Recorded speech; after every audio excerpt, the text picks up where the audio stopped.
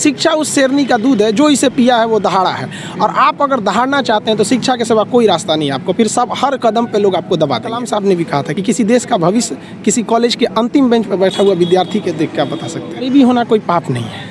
एक रेस के घोड़ा को अगर आप देखिएगा ना, तो रेस पे घोड़े पे जो बैठा होता है घुड़सवार, उस घोड़े को बहुत मारता है, इतना तकलीफ देता है कि घोड़ा को समझ में नहीं आता है कि हमको तकलीफ क्यों दे रहा है। लेकिन रियलिटी में देखिएगा ना, तो उसका मालिक उस घोड़े को जिताना चाहता है। तो उसी तरह हमारा मालिक भगवान है। अगर हमें गरीबी दे रहा है, तकलीफ दे रहा है ना, तो आप इससे घबराइए नहीं। वो मालिक हमें जिताना चाह रहा है, और आप रेस छोड़ के भाग जाइएगा तो क्या करेगा वो? तो आपको जिताना चाह रहा है।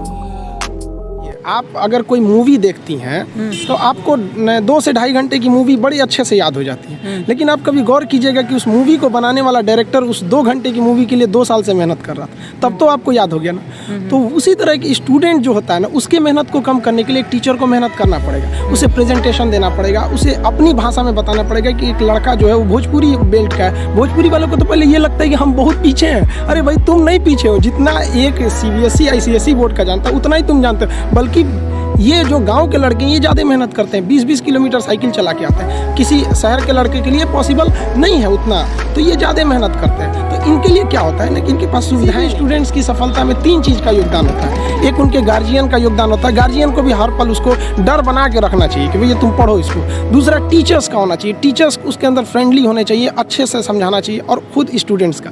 अगर ये तीनों का संयोग हो गया ना, तो दुनिया में ऐसा कोई चीज़ नहीं है जिसे जीता नहीं जा सकता। जिस दिन हिंदुस्तान का लड़का इस एनर्जी के साथ स्कूल में जाएगा, जिस एनर्जी से वो सिनेमा घर में जाता है किसी मूवी को देखने के लिए, उस दिन ये देश बदल जाएगा।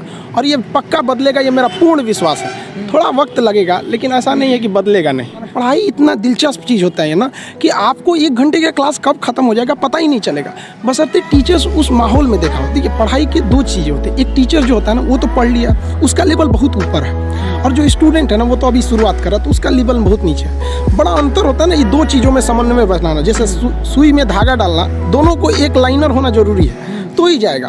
तो इसलिए क्या करना है कि टीचर्स को अपने लेवल को थोड़ा सा नीचे लाना। उसके लिए आसान है टीचर को कि भाई जो समझा रहा है बड़े लैंग्वेज में, उसको देहाती लैंग्वेज या नॉर्मल लैंग्वेज में समझाए, अपने लेवल को थोड़ा सा नीचे। और लड़के का भी ये कर्तव्य बनता है, माँ बाप का भी कर्तव्य बनता है कि उसको हमेशा प्रेरित करेंगे, थोड़ा सा तुम घर से थोड़ा सा मेहनत करके आओ इसमें कि सर आज क्या पढ़ाने वाले हैं। जैसे ये हो जाएगा फिर कोई समस्या नहीं आएगी। तो टीचर स्टूडेंट दोनों की ओर से होना चाहिए इस चीज़ को। लेकिन टीचर को समझना चाहिए कि आप पढ़े लिखे हैं, आपसे गलती ना हो। इसलिए आप लड़कों को उनकी कमजोरी तक में बताएं। यहाँ पर बहुत से लड़के होते हैं वो तो सवाल ही नहीं पूछ पाते हैं डर के मारे।